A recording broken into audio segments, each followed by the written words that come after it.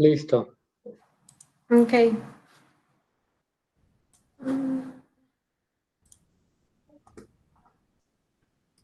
Bien.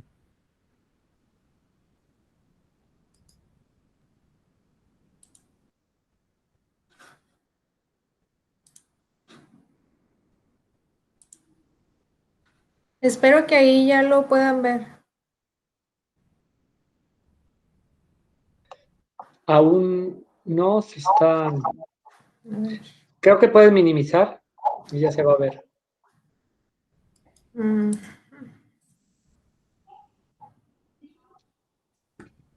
No se ve nada. No, se ve tu pantalla. Se ve el Chrome Mm. en la página de Meet. ¿Y ahí? A ver, un momento.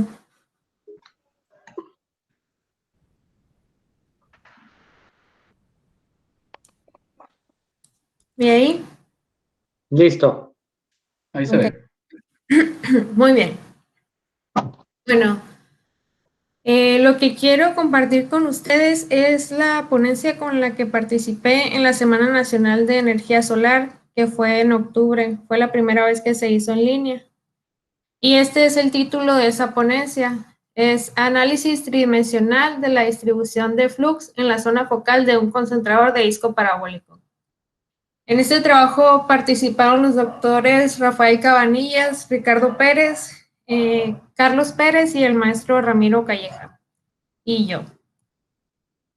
Bueno, el contenido de lo que vamos a revisar ahora es este. Primero voy a dar una introducción. Después vamos a revisar la metodología que se siguió, se mostrarán los resultados y se discutirán y se presentarán unas conclusiones.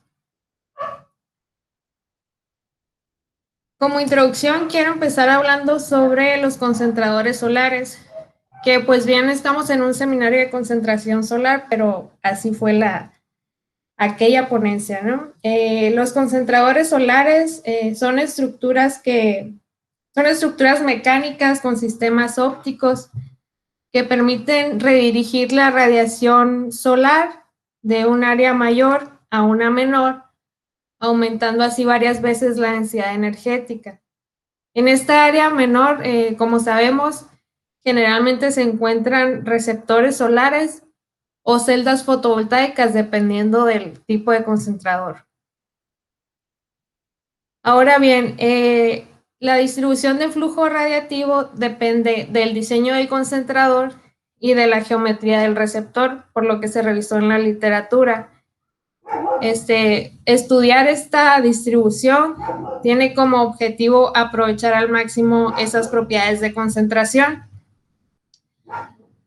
Porque si se tiene una distribución no uniforme de flux radiativo, puede producir temperaturas no uniformes con picos o con temperatura muy localizada, más elevada, y puede ocasionar problemas dependiendo de la aplicación que se tenga. Si se usa en forma térmica, pues el receptor puede presentar esfuerzos mecánicos por dilatación debido a la alta diferencia de temperaturas en distancias muy pequeñas.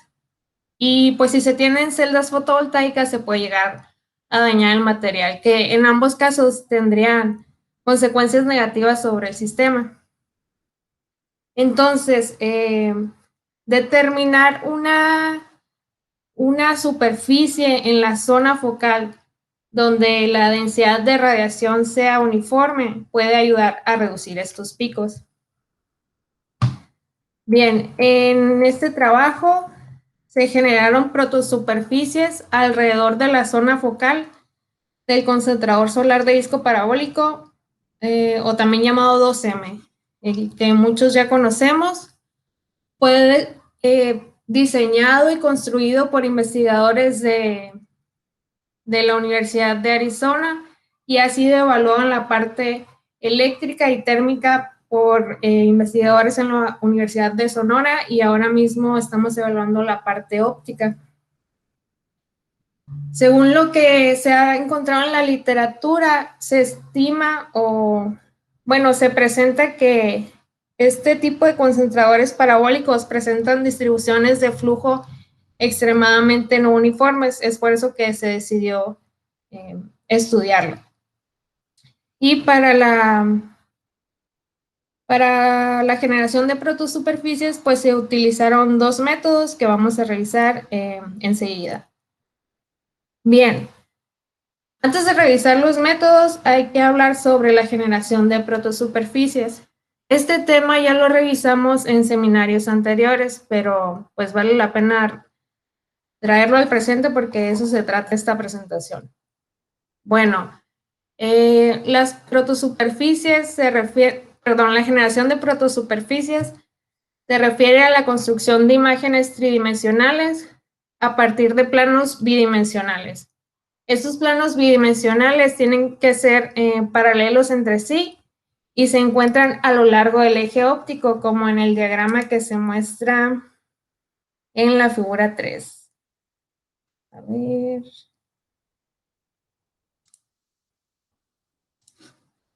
Como estos planos que vemos aquí. Bueno, hay que hacer un par de consideraciones para que se hagan, de suposiciones para generar estas protosuperficies. La primera es que la irradiancia directa normal, que es con la que trabaja este tipo de concentrador, tenga un comportamiento considerado como constante y las imágenes sean captadas a lo largo del eje óptico, como lo había mencionado. Y bien, estas imágenes bidimensionales se pueden obtener mediante dos procesos, el experimental y el teórico. En cada uno de estos procesos, en el experimental se recolectaron 31 imágenes y en el teórico se generaron 31 imágenes. Una en el foco, que se encuentra a 1.5 metros del vértice, y la otra y las demás son 15 imágenes antes del foco, 15 imágenes después, con una separación de 2 milímetros entre ellas. Bien, ahora vamos a hablar del procedimiento experimental, que se refiere al método de cámara objetivo. Este método lo han utilizado en diferentes proyectos alrededor del mundo, ¿no? Para evaluar sistemas ópticos. Y para esto se utiliza una cámara CCD, un receptor plano que está montado sobre un actuador lineal. Este receptor está siendo enfriado con estas dos unidades y el concentrador se encuentra en seguimiento. Este receptor es el que se mueve hacia adelante o hacia atrás de la zona focal, y este es el esquema de ese experimento. Este método consiste en concentrar la radiación solar sobre la superficie difusa, o en este caso la placa plana lambertiana refrigerada, así es como se le ha llamado.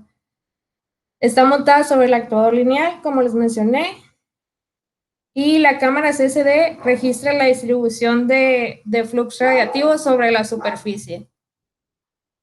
Bueno, las ventajas de este método es que tiene tiempo de medición corto, una resolución espacial alta y una alta confiabilidad. Es importante mencionar en esta parte que la cámara, se le adaptó un filtro con respuesta lineal a la intensidad de la luz, y que el rango dinámico de esta cámara debe mantenerse a lo largo del experimento. Bien, por el procedimiento teórico se realizó una simulación por trazado de rayos, y en estas tablas se muestran los parámetros que se establecieron. Bueno, en el primero tenemos una descripción de los elementos físicos que se trató en la medida de lo posible de reproducir las condiciones del experimento. Tenemos las dimensiones del espejo parabólico, que es 1.65 por 1.65 metros cuadrados. Las dimensiones de la placa plana lambertiana refrigerada, que son estas. El punto focal, que es 1.5 metros. En cuanto al espejo parabólico, y la reflectividad del espejo se estableció en 0.9 debido a que este valor lo proporcionó el fabricante, ¿no? Nosotros no lo medimos. El error óptico global del sistema es de 2.8 miliradianes. Este error es el que se ha revelado mediante otra metodología que hemos estado estableciendo el doctor Carlos, el doctor Ricardo y yo. Pero bueno, esto es lo que hemos obtenido hasta ahora. Y bien, estos son los parámetros que se siguieron. En este lado tenemos lo experimental y en este otro lado la simulación. Lo importante que hay que resaltar aquí, bueno, quiero hablar sobre el número de rayos. Se hizo un estudio de independencia de rayos que en esta presentación no se muestra, pero se consideró que en 20 millones de rayos la variación del flux máximo era muy pequeña. La forma solar que se consideró fue el estándar y una razón circunsolar de 0.05 debido a que es la que se utiliza como un valor típico en las simulaciones según lo que se revisó en la literatura. Y el tamaño de malla, que ha sido una discusión que se ha tenido últimamente, pues es diferente, ¿no? En la experimental son 500 por 500 y en la simulación se estableció en 250 por 250.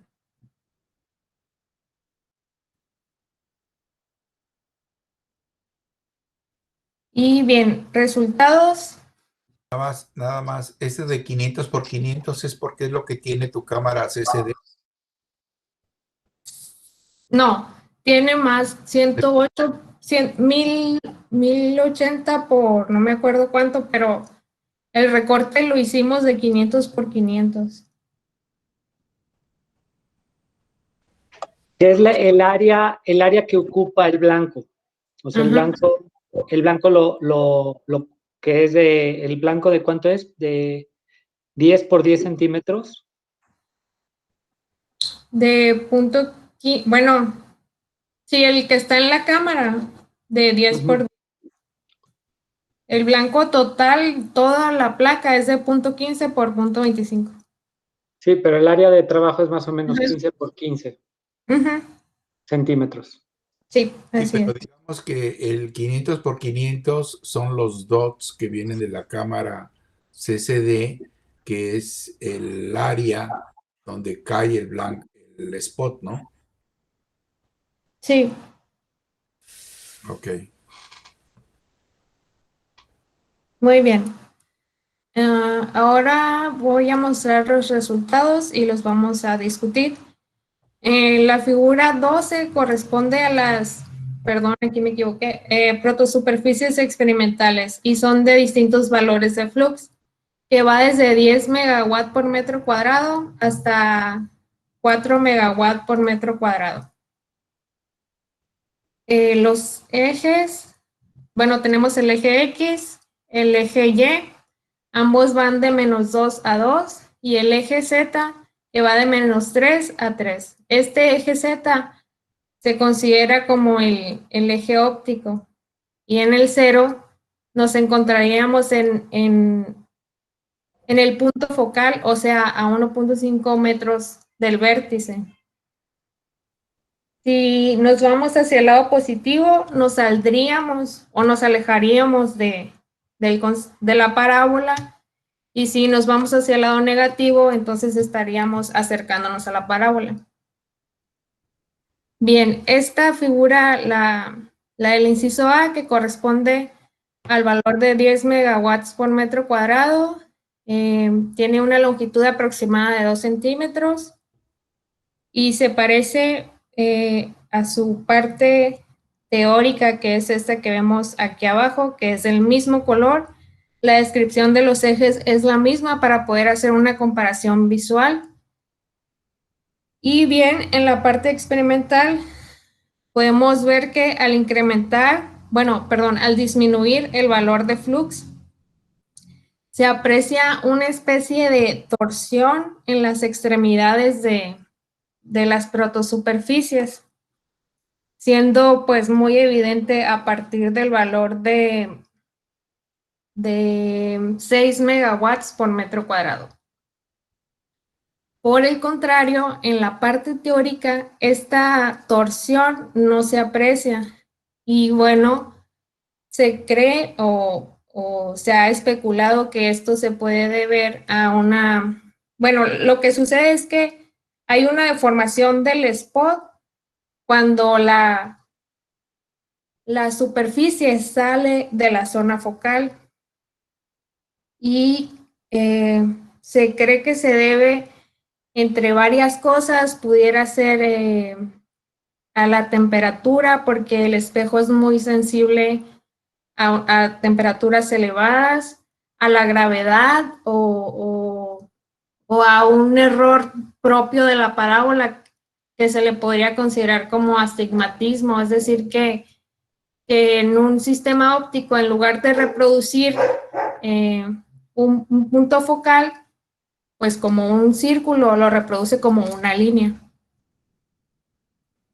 Y bien, estos son los planos ortogonales de esas de esas protosuperficies. La de arriba es la experimental. Y como podemos observar la diferencia sobre esa torsión que se ve en las protosuperficies experimentales, que si nos alejamos del concentrador, va hacia la izquierda, y si nos acercamos hacia el concentrador, esa torsión va hacia la derecha. Mientras que en la parte teórica es imposible de apreciar, ¿no? Pero determinar la razón por la que esto sucede queda fuera de los límites de este trabajo. Haber dicho esto que dije fue nada más, ¿cómo se dice? Se me fue la palabra. Tratar de explicarlo, pero no se va a determinar ahora. Y bien, como conclusiones, lo primero es que se realizó este análisis tridimensional en la zona focal del 2M mediante la aplicación de dos metodologías, la metodología de cámara objetivo y la simulación por trazado de rayos con el método de Monte Carlo. Y se revelaron protosuperficies de distintos valores de flux. Ahora mismo solo se hizo una comparación cualitativa, pero se ha trabajado después de esto en comparaciones cuantitativas para que sea algo más preciso. El flux de mayor valor fue de 10 megawatts por metro cuadrado y el más pequeño fue de 4.5. Bueno, ahora bien, en términos generales, con respecto a las dimensiones, pues es obvio que a mayor valor de flux, menor va a ser el volumen y viceversa. Y también se puede decir que la geometría del espejo tiene un papel importante en la forma de las isosuperficies. El concentrador presenta una anomalía óptica conocida como astigmatismo, que es esto que habíamos comentado. Y para reproducir las protosuperficies experimentales a partir de datos teóricos, deben de realizarse algunos ajustes en la simulación para poder reproducir esta anomalía óptica. Lo que se pensaría es en trabajar en los ejes y que tuvieran distintas distancias hacia el vértice para poder ver esa anomalía, que es lo que se ha platicado con el doctor Ricardo. Y bueno, eso es todo, pero quisiera mostrarles, aprovechando el foro, algo en lo que se ha estado trabajando.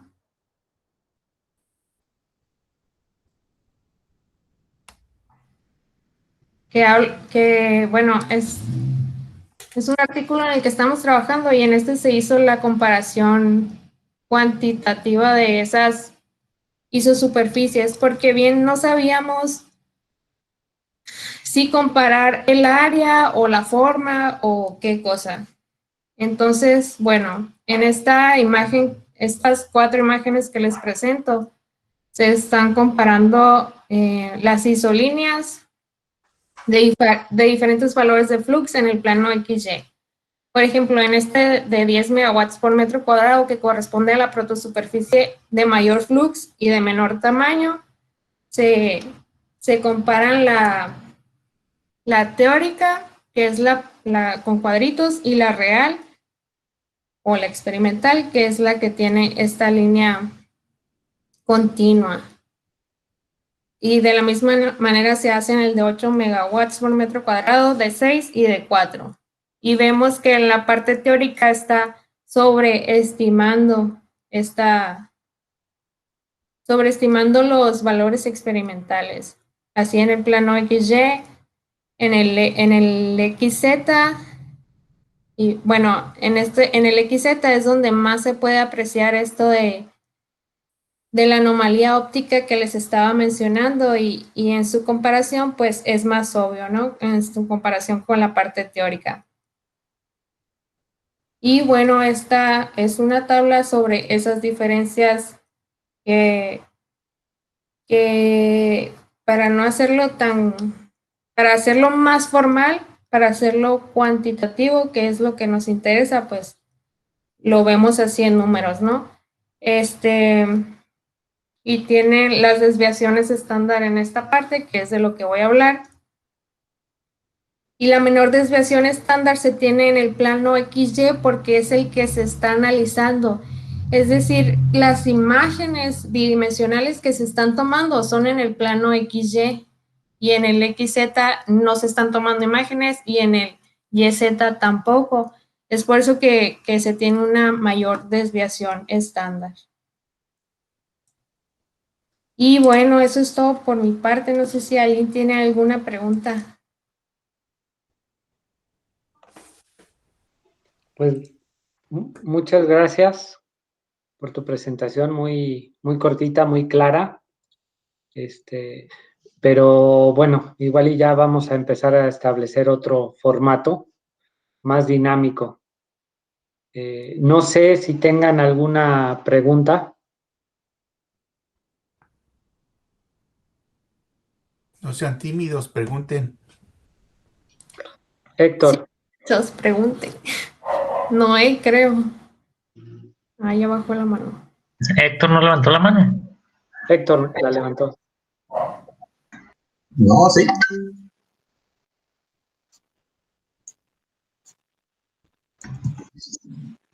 Nada, yo no levanté la mano, pero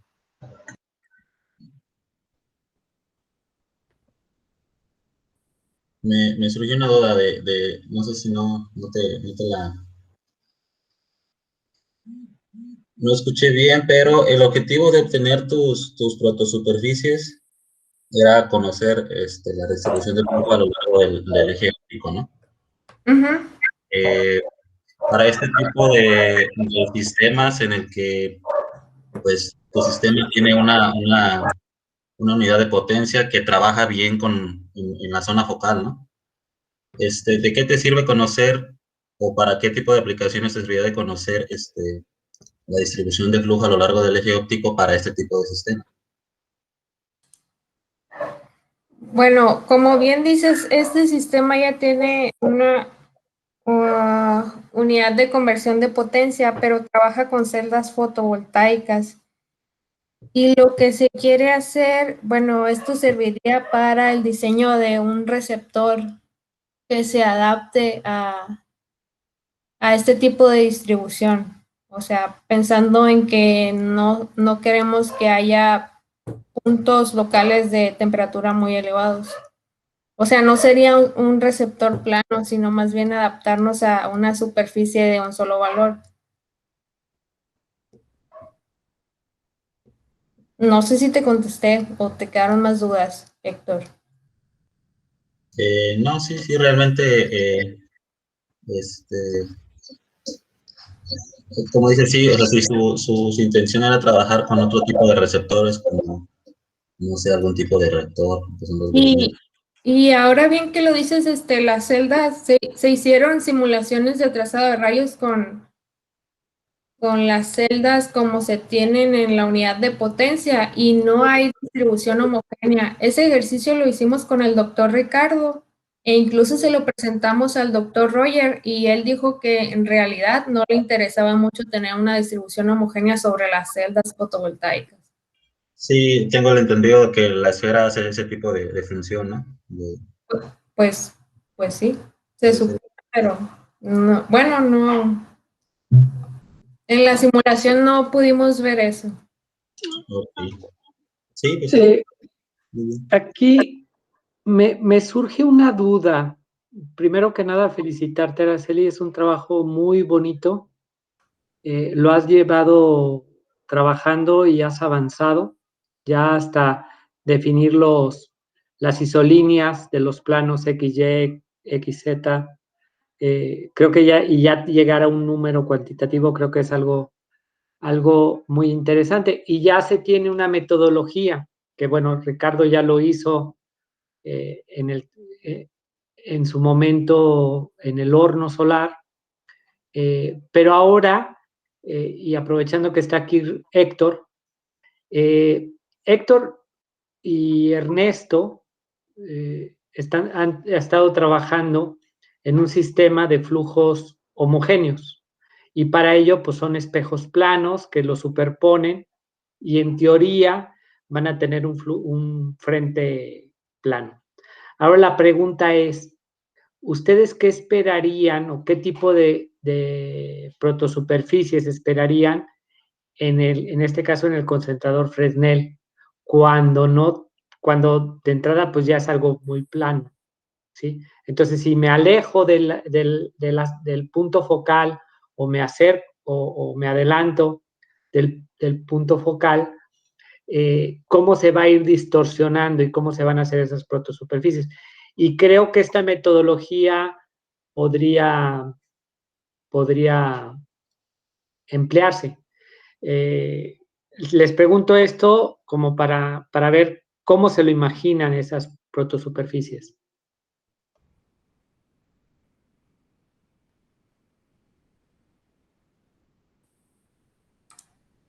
Bueno, yo me imagino que serían alargadas, ¿no? Porque no es un concentrador puntual, sino lineal.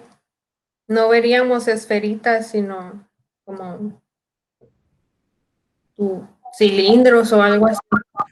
Sí, yo, bueno, en el caso del Fresnel, siento que sería un tipo de prismas, o un prisma, pero que se va deformando, ¿no? Porque pues, la superposición de las imágenes sobre el punto focal te da una sola distribución de flujo, ¿no? Pero conforme te vas alejando del eje óptico, pues esas imágenes se van, digamos, abriendo, bueno, no abriendo, perdón, se van saliendo de ese punto focal y se empiezan a superponer en diferentes ángulos, ¿no? Entonces, empezaríamos a ver ciertas distribuciones o diferentes distribuciones sobre esa zona, ¿no? Un flujo no homogéneo.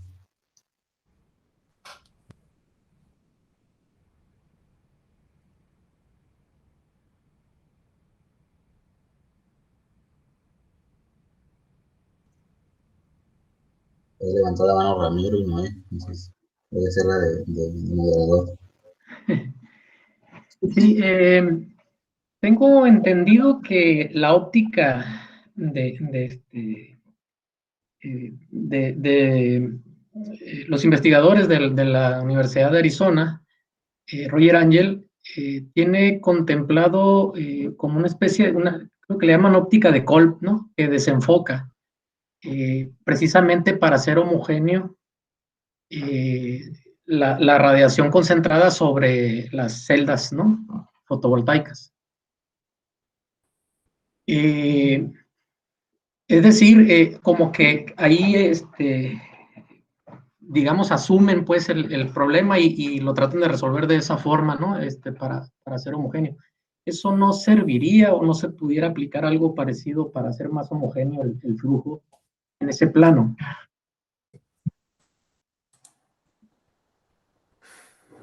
Pues sí, yo creo que sí sería más homogéneo que lo que se tiene solamente con el concentrador, porque ahora mismo pues no estamos considerando la esfera. Sin embargo, pues en este ejercicio que les comento que hizo Ricardo, él sí consideró la esfera, pero de igual manera no se tenía una distribución totalmente homogénea, o sea, no había una meseta sobre la celda, sino picos en una parte y picos en otra, pero sí era más homogénea que la distribución que se tiene sin la esfera. Entonces, bueno, yo creo que sería una buena opción, pero también hay que considerar, pues, bueno, si se va a utilizar para el reactor la esfera, pues ver su instalación y todo eso. Y si es más fácil poner una ventana o etcétera.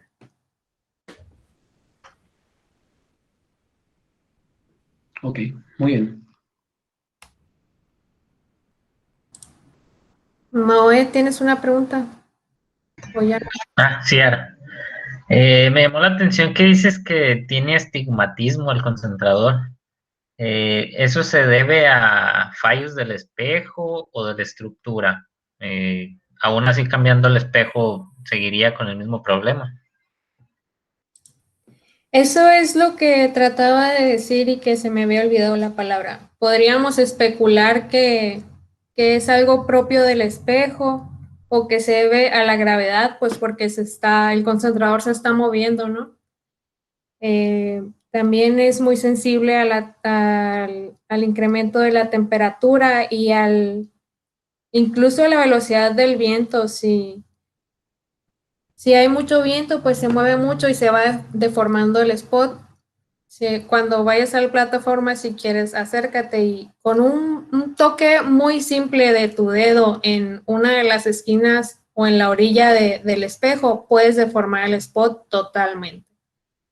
Entonces, determinar eso, pues, está fuera de los límites de este trabajo. Es nada más especular sobre lo que podría ser lo que cause esa anomalía. De hecho, Araceli, ¿te acuerdas que el simple hecho de los tornillos que sujetaban al espejo, si estaban muy apretados, metían una torsión o una deformación en el espejo y luego se notaba, ¿no? Cuando quitamos la tensión de esos tornillos, se concentró más el haz, ¿no? Sí, sí, lo recuerdo. Eso fue un problema que tuvimos en muchos experimentos, que no encontrábamos el punto focal porque todo el spot estaba totalmente deformado, pero era porque los tornillos estaban muy ajustados y lo deformaban.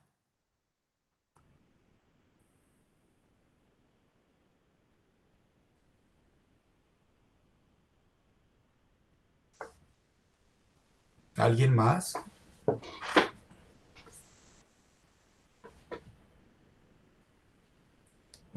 Parece que no hay más preguntas del grupo. Araceli, felicidades, está muy bonito el trabajo.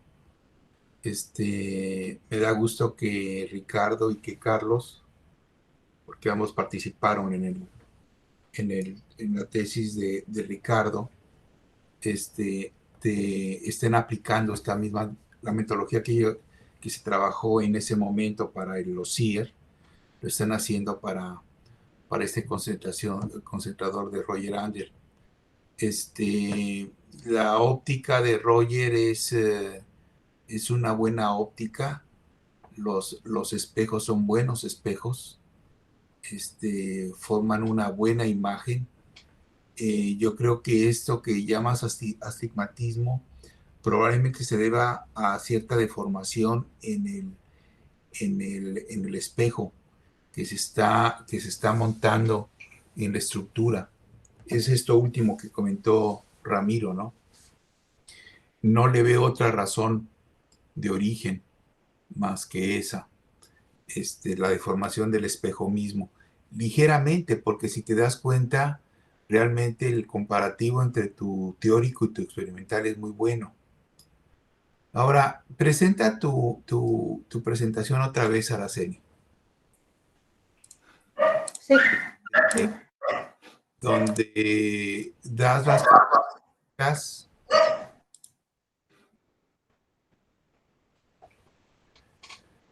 donde hablas de los errores. Pero ese es más en el documento en Word. En ese. Ah, ok, este. No era en su presentación, creo, Carlos. Ah, bueno, El error. el Ese error. Sí, tú hablas un error óptico de tu sistema de 2.8 miliradianes, ¿no? ujú, Del espejo parabólico. así es. ¿Y tienes idea de cómo se calcula eso? Sí, de hecho es algo que hemos estado trabajando en este documento y es lo que hemos estado tratando de establecer. Lo que se hace es tomar una fotografía en la zona focal de la parábola para ver el spot de radiación solar concentrada sobre la superficie difusa. Ah, aquí está. El inciso A es el spot de radiación experimental. La imagen del centro es este mismo spot, pero procesado en MATLAB. Y bueno, esta en la última de la derecha es en escala de grises en 3 dimensiones, ¿no? Y lo que se hace es hacer un corte en los ejes X y Y para ver esa distribución y hacer una simulación en el software por trazado de rayos para tener esos mismos spots y hacer los mismos cortes y compararlos. Y para compararlos normalizamos el flux. Y es esta imagen que presento en la figura 6, que va el corte es en X igual a 0, o sea, es esta parte. Ok. Ajá, aquí en el centro, y se comparan los perfiles variando el error de 0 miliradianes a 4 miliradianes. ¿De qué error estás hablando ahí? ¿Esa variación de qué es? Bueno, el real es este de aquí. Y los teóricos, no, este de acá. Las rayitas. Y los teóricos son todos los demás. Entonces, para establecer ese error óptico global, y de lo que estamos hablando es de errores no solamente del espejo, sino que incluye, acá lo tengo, incluye error error óptico. De superficie, geométrico. Ajá, de superficie, geométrico, de seguimiento, errores en el sistema de control, se considera la distribución solar y algunas otras cosas, ¿no? Esta es la... O sea, si no hubiera, tú estás haciendo un comparativo entre una cosa experimental, que es este gráfico que me acabas de mostrar, ahí lo tienes, en cortes en X y Y, contra un modelo matemático que simula esta concentración de flujo a través de un método, que es el método de trazado de rayos.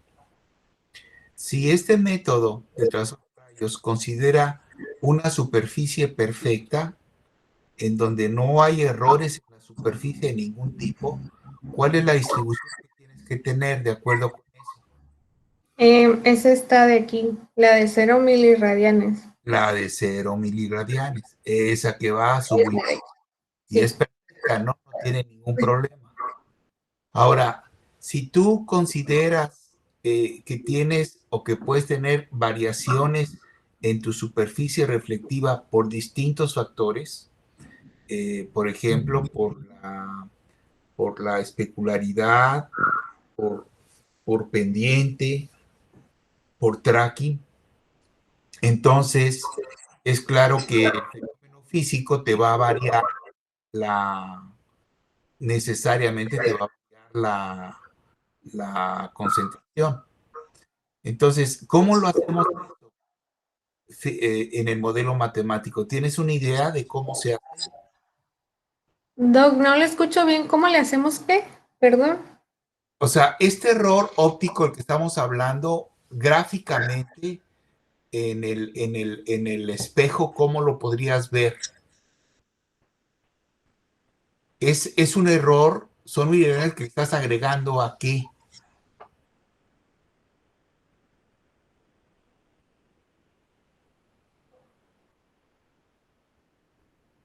¿Sí me escuchas? Sí, pero estoy pensando, ¿qué le agrego a, o sea, qué es? Si es que viene siendo, al final de cuentas, me estás mostrando una ecuación que me da una suma de términos. Pero esa ecuación se está refiriendo a errores que ¿de qué errores estás hablando? O sea, a ver, si los mides en miliradianes es porque estás hablando de ángulos, ¿no? Sí. Entonces, tenemos un espejo y tenemos al sol que está incidiendo un rayo de sol en algún punto de esta superficie especular. Y lo que hace la superficie especular es reflejar ese rayo.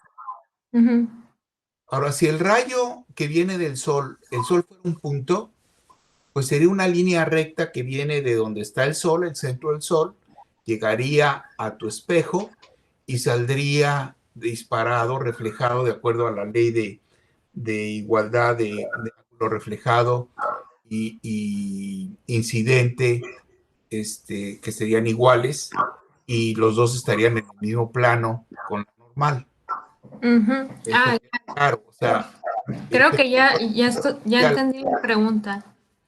Pero resulta que no tenemos un sol que es puntual, tenemos un sol extendido. Y eso nos da un cono de luz. Entonces, en rigor lo que tenemos, el rayo que incide es un cono de luz. Ese cono de luz que viene del sol tiene un ángulo sólido. ¿Puedo compartir pantalla para ayudarte? A ver. Se le está cortando un poco la voz al bloque de audio. ¿Se me corta la voz? El audio. Uy, perdón. ¿Será que estos gringos no sirven, mano? Porque estoy en Gringolandia. Creo, Doc, que es como, o sea, esos radianos que estamos agregando es el error que estamos viendo del sol, pues queremos reproducir la figura del sol, ¿no? Entonces es la diferencia entre lo que es real, que es el sol, y lo que reproduce el concentrador. Sí, o sea, justamente en esta figura se muestra el cono de luz que viene del sol, que tiene un ángulo sólido. Ese ángulo sólido, cuando es reflejado por el espejo que tienes abajo, el espejo le introduce errores a ese cono de luz y lo abre, en general lo abre, lo hace más grande. Entonces, esa apertura del cono de luz que sale se mide, pues tiene un error. ¿Debido a quién? Pues al espejo. El espejo es el que le está metiendo el error de apertura. Entonces, cuando hablas de miliradianes, estás hablando cuánto más le sumas al cono de luz. Cuando no le sumas nada, quiere decir que el espejo es perfecto. Cuando le sumas un miliradian, pues la apertura del cono es un miliradian mayor. A los 16 grados, bueno, ¿qué? Punto 53, ¿no? De miliradianes, que es el cono de luz. Entonces, cuando se abre, cuando tú parametrizas y haces un trazado rayo suponiendo que la reflexión le está metiendo, que el espejo le está metiendo a la reflexión 1 miligradian o 2 miligradianes, porque no lo sabes, simplemente tú lo propones. Entonces, presenta tú tus resultados. Eso que me habías mostrado donde hacías la variación de los miliradianes. Ya dejé de compartir. Gracias, Carlos. Ahí estás. Cuando tú le metes 1 miliradian, 2 miliradianes, 3 miliradianes, 4 a la simulación, está suponiendo que en el trazado de rayos el cono reflejado no va a ser el cono de luz, sino va a ser el cono de luz más este miliradian adicional. Y ves qué pasa. Y entonces, cuando trazas todo esto que pasa, pues entonces comparas el real que tienes. ¿Cuál es el real aquí? El experimental. Es este de aquí, el de rayitas. Bueno, ese de rayitas, que es el real, no es el real, bueno, es el experimental, es el que me diste. Experimental, ajá. Bueno, entonces lo que haces es comparar ese experimental con el que más se aproxima al teórico. Y el que más se aproxima al teórico corresponde a un error de ¿cuánto? De 3 miliradianes. Exactamente. Así es como lo calculaste el error óptico del sistema. Sí, se hizo, bueno, adelante, Doc. Estás usando un método teórico para poder calcular un error introducido en un equipo experimental. Gracias a que tienes el método óptico. Si no tuvieras el trazado de rayos, no habría manera de poder. Sí te das cuenta, ¿verdad? Sí, lo entiendo. Muy bien. Ahora, presentaste, creo que Héctor fue el que te hizo una. No, pero antes de la pregunta de Héctor, que fue muy buena, yo te pregunto, ¿a veces usas el término de protosuperficies y de isosuperficies? Me queda claro que las isosuperficies son superficies con igual magnitud de flujo, ¿no? Sí. De flujo radiativo, así es como lo estoy viendo, ¿no? Pero, ¿qué relación tiene con las protosuperficies? Bueno, Doc, creo que esa es una muy buena pregunta y se la había estado preguntando al doctor Ricardo porque cuando llevamos aquel seminario de isosuperficies o protosuperficies, se trataba uno u otra palabra, una o la otra. Y cuando yo hablé con Ricardo para ver la diferencia, él me comentó, y no sé si estemos en lo correcto, que las protosuperficies son en una sola dirección y que las isosuperficies corresponderían a todas, o sea, a considerar todas las direcciones para recrear ese volumen total, pues porque nada más estamos tomando imágenes en el plano XY a lo largo del eje óptico, entonces que para crear las isosuperficies tendríamos que darle una ligera inclinación al plano y tomar imágenes en esa dirección y luego irlo girando y así para poder recrear un volumen completo de lo que sucede en la zona focal. Muy bien. ¿Alguien le entendió a lo que comentó Araceli? Yo lo había entendido de alguna manera que las isosuperficies son puntos en el espacio, o puntos de un volumen, ¿no? Nada más, de puntos de valor constante sobre un volumen, y las protosuperficies pues ya representan todo el valor del volumen, ¿no? En este caso, si representamos la distribución de flujo como una isosuperficie, representaríamos solamente una una parte de esa distribución, ¿no? Y al hacerlo una protosuperficie, la estamos presentando como la distribución que hay, es, por ejemplo, sobre el eje óptico, pero de manera volumétrica, ¿no?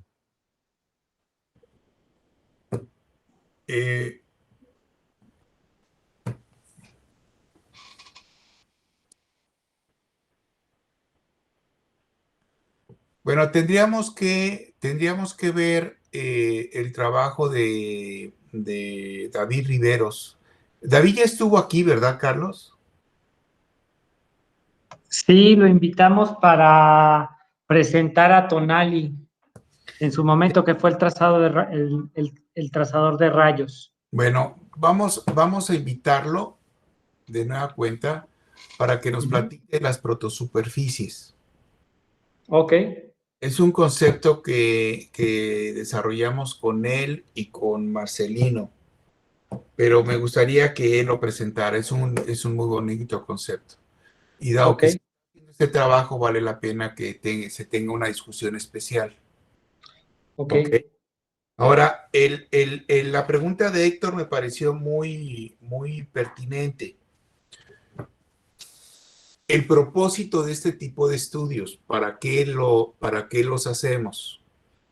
Y creo que respondieron bien los dos, pero me gustaría hacer énfasis en ello. Efectivamente, lo que nosotros queremos cuando hacemos un receptor es tratar de que el receptor funcione, opere de la mejor manera posible. Si metemos nosotros una imagen solar sobre un receptor plano, que viene de un concentrador, en general los concentradores generan imágenes con perfiles, digamos, gaussianos, ¿no? En general.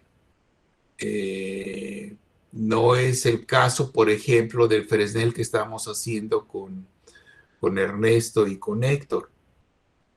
Ahí justamente lo que queremos hacer es tener flujo homogéneo. Pero en general tenemos concentradores que son sistemas de superficies curvas que al reflejar la radiación solar por el cono de luz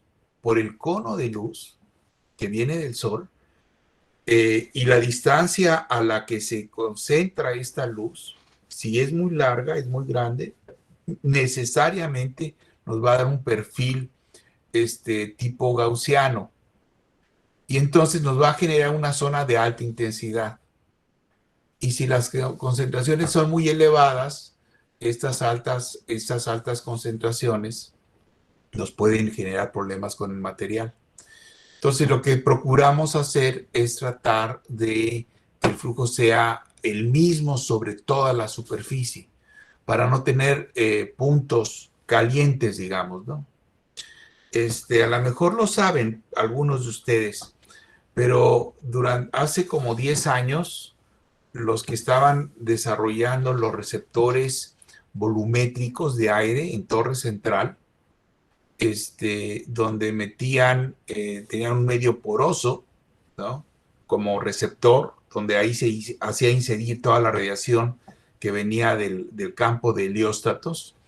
El aire pasaba de tener una temperatura en el exterior de 20 grados, 30, 40 grados, y era absorbido a través de este medio poroso, de este receptor volumétrico, que podría ser una estructura tipo panal de abeja, por ejemplo, y pasaba en 10 centímetros y salía del otro lado a 1000 grados centígrados. Entonces, el aire después caliente se hacía pasar por otro intercambiador de calor para cederle el fluido a una sal fundida. Bueno, resulta que uno de los problemas que tenían con estos receptores volumétricos es que de estar operando bien, normal, de repente se fundían los receptores en algunos puntos y no entendían por qué. fue un problema que se estuvo trabajando un buen rato, las inestabilidades de los receptores volumétricos causados por no uniformidades del flujo. Entonces, de entrada lo que queremos es tener receptores que no tengan puntos calientes. Y una manera de desarrollar un receptor,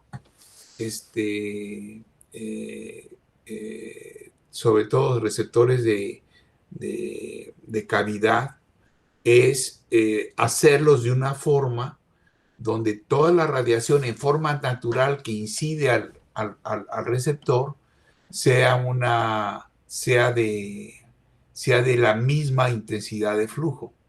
De ahí viene la idea de querer saber la zona espacial de alta concentración en los hornos solares o en los sistemas de tipo torre o en los sistemas de paraboloides como el que tú estás trabajando, Araceli.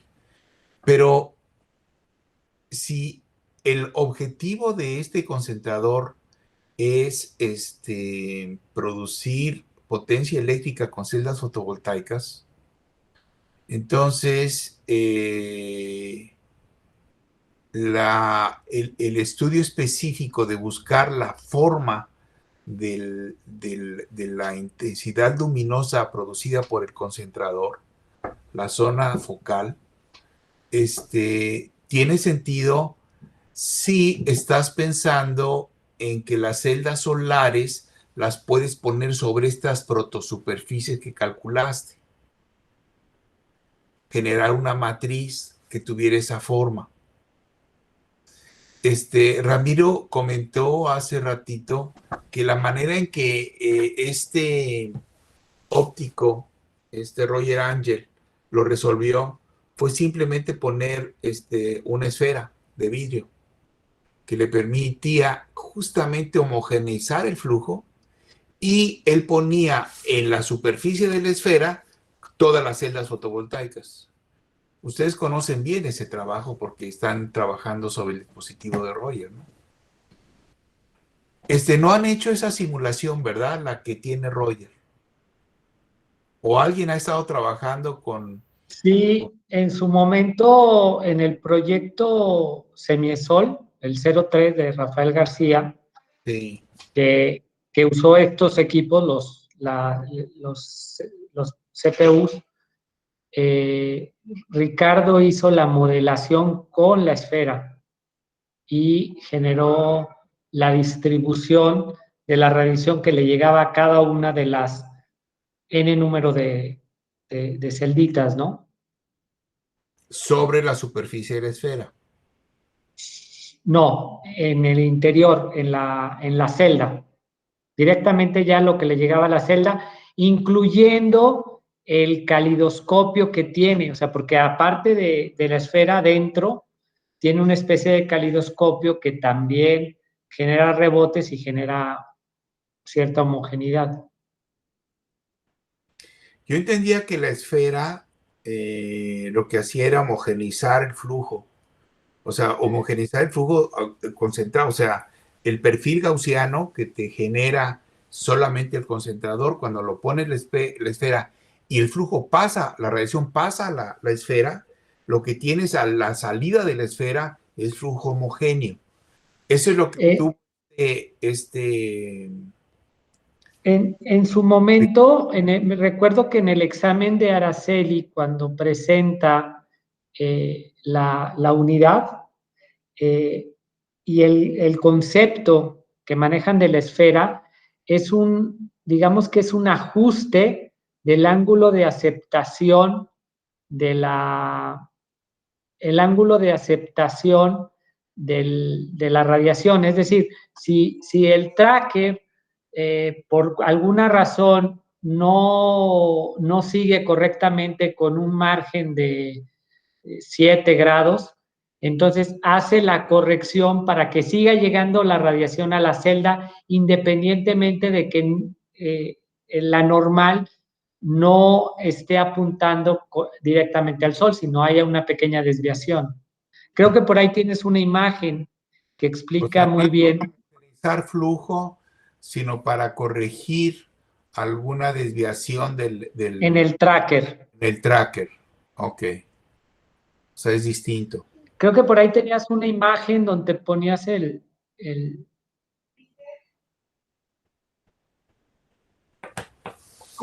A ver, aquí tengo otra de... esa No. celda, esa imagen.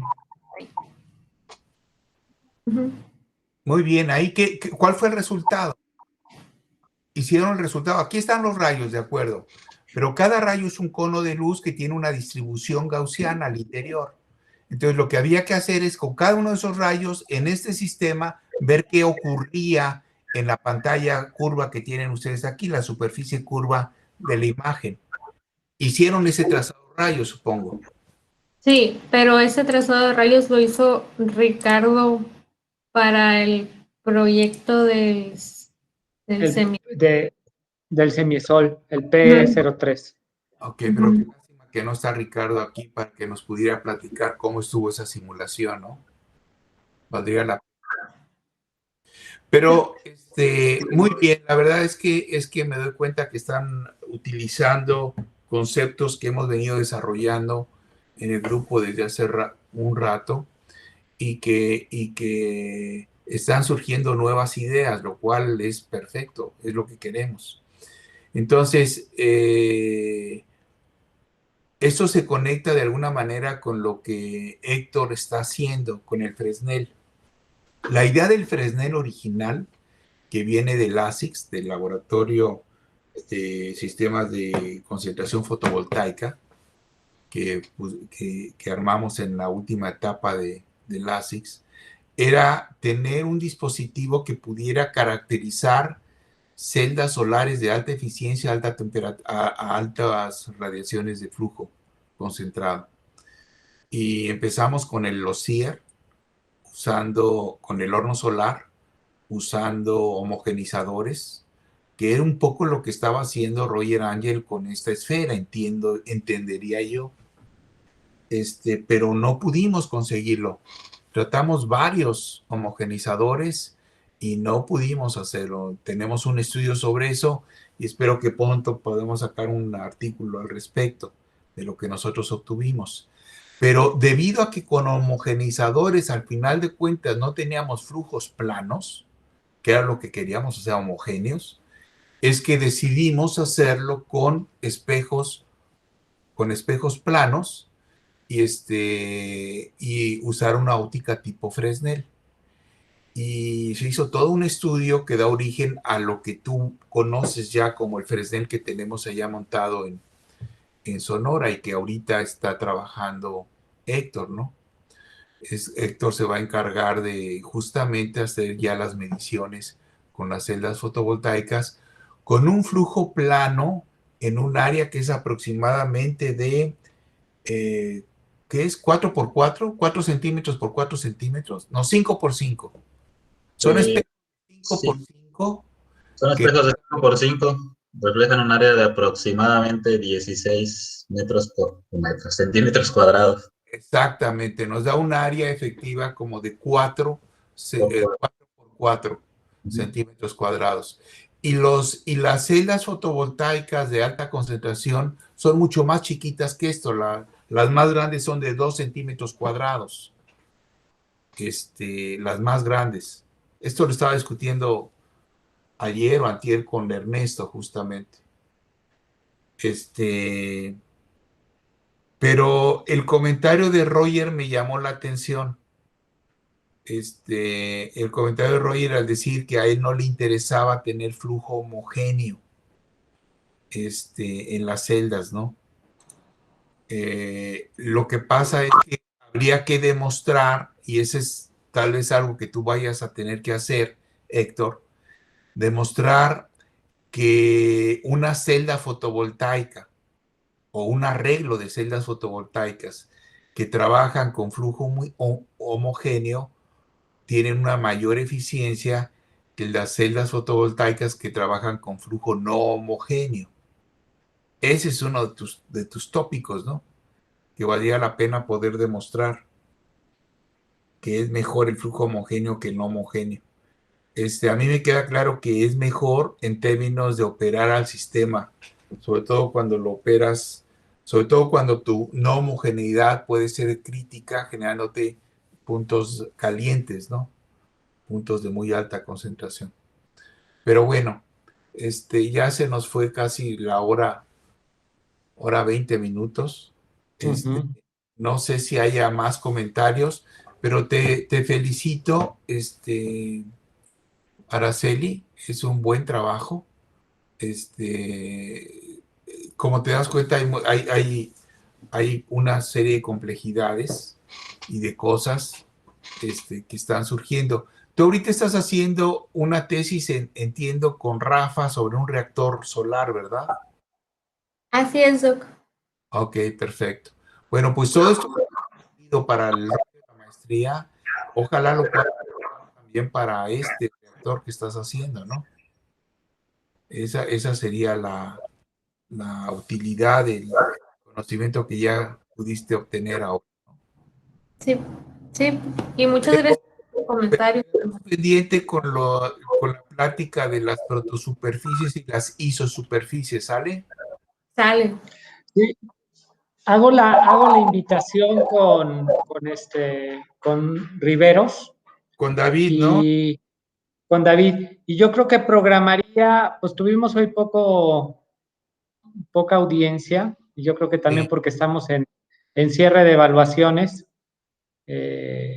Ya toda la gente está muy presionada con sus evaluaciones. Sí, Entonces yo lo dejaría para el 24 de febrero. Sí, no fue muy buena idea haberla hecho hoy la presentación de Araceli, porque es un buen trabajo. Lo hubiéramos dejado para dentro de una semana, pero sí, hagamos los seminarios cada 15 días, ¿no? Entonces sería hasta el 24. Sí. Y la pregunta... Okay. Ya el siguiente yo creo que presentaría a Héctor. Espérame un Que segundo. ya estaba también. Sí. Podría ser un poco antes el seminario, no a las 7, sino a las 6 de la tarde. 6 de México, 5. 5 de Arizona. Ok, perfecto. ¿Les parece bien a todos? Sí, Doc. Más temprano, ¿no? Ándele, pues. Vale. Bueno, y ya presentaría a Héctor dentro de 15 días, ya después de que pases la presión de su candidatura. Me parece muy bien. Pues ya mañana pasa, pues si quieren. Bueno, sale. Pues Ahora muchas sí. gracias a todos. Muchas gracias, Araceli. Gracias. No, muchas gracias a ustedes. Bye bye. Vale. Voy Nos a vemos. colgar el video. Bye. Sí. Bye. Adiós a todos, hasta luego.